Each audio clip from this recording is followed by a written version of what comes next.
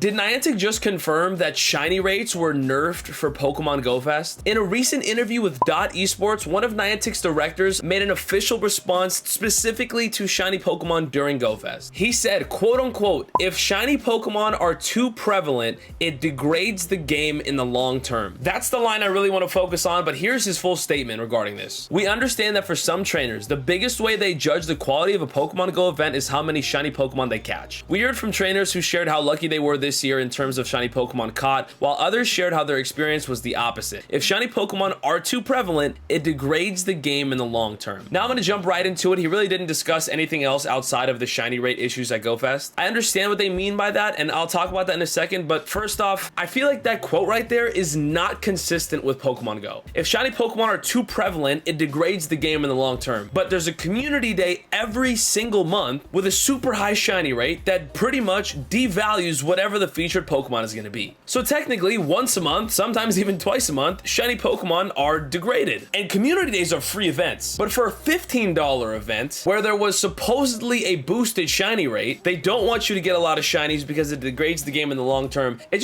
just not consistent, you know? Like, how are shiny rates better for a free event like community day, but worse for a paid event like Go Fest? I feel like if anything, that should be switched around. And Go Fest is supposed to be like the Super Bowl of Pokemon Go. It's supposed to be the biggest party of the year, but the shiny rates are worse? Again, I do understand where they're coming from because we can't judge every event based on how many shinies you get. I know that's what most people are hunting for, but there's so much more value to these events that aren't only in game. For example, a bunch of people coming from all around the world to play this one game and share this one common love. That's beautiful. But Pokemon Go somehow got to this really unique place where shiny Pokemon are all people really care about. And I'm going to be the first person to tell you I've definitely judged an event off of how many shinies I got or didn't get. But I do want to touch on one thing. I think everybody can agree that the pricing of this Go Fest was pretty horrible. It was not worth $15. Now, $15 isn't a ton of money, and you didn't have to buy this ticket. But last year's Go Fest was $5, and we had a bunch of rare spawns, regional spawns, new shinies, shiny eligible Pokemon, fun raids, research, in-game stuff. It was a 2-day event. All of the legendaries came back. Last year's Go Fest was super fun, and this year's Go Fest, 3 times the price, had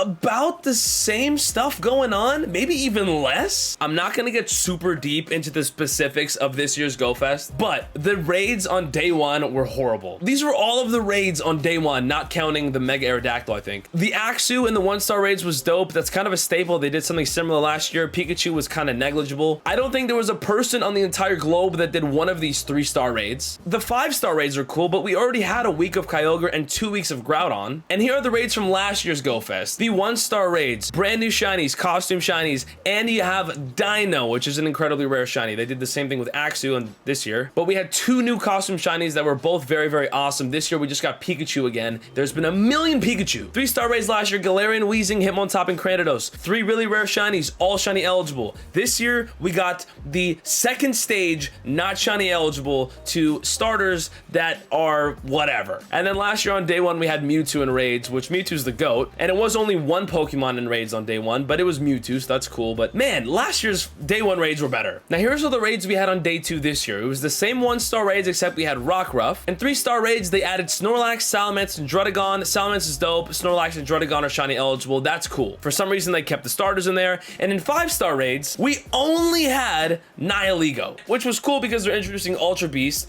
but it was 1 Pokemon in 5-star raids and it wasn't shiny eligible, and it was 1 Pokemon in 5-star raids. Remember that. Now in day 2 of last year, for Go Fest, every legendary in Pokemon Go, I'm pretty sure, was in raids. In the Wind Hour, look at all these Pokemon: Mewtwo, Ho-Oh, Regigigas, Giratina. In the Lava Hour, Groudon, Landorus, Reshiram, Terrakion, Moltres. In the Frost Hour, Lugia, Kyogre, Palkia, Articuno. In the Thunder Hour, Zapdos, Raikou, Rayquaza, Dialga. Every legendary they ever dropped came out during day 2 of last year's Go Fest. This year, we got 1 5-star raid Pokemon. Nobody really cared about getting more than 1 of them, and that was it. I didn't mean to get so animated right there, but just thinking about that made 0 sense because this year's Go Fest costed 3 times as much. What? There's a lot more I can get into. I don't want to talk about it, to be honest. The raids, I think, are significant enough and are obvious enough on how much worse this Pokemon Go Fest was compared to last last year. It just, I mean, wow. When you really look at it, wow. Now, that being said, luck is luck. Whether the shiny rates are high or low, some people are just going to get luckier than others. I, for one, happen to have an actually pretty good day one for my Pokemon Go Fest this year. Day two was cool too, but all in all, I guess I enjoyed Go Fest, but I understand that I got lucky and that a lot of people didn't have a good time. I do appreciate all the effort they put into these Pokemon Go Fest. They're amazing, they're fun, they're great to be with all the communities and all that. But just because I had a good experience doesn't mean that thousands of people on the internet are talking about how bad of an experience they have, and I have to speak for those people as well. Please let me know in the comments down below what you guys think about this. This is something we definitely got to discuss. We should discuss. It sounds like the shiny rates were nerfed for this Go Fest, and that's just kind of mind-boggling to hear. I would love some more clarification on this. This article was short. They didn't really get into anything, but an official statement from Niantic would be dope to really understand what's going on behind the scenes and where their heads are at. Let me know in the comments down below what you guys think. Yikes.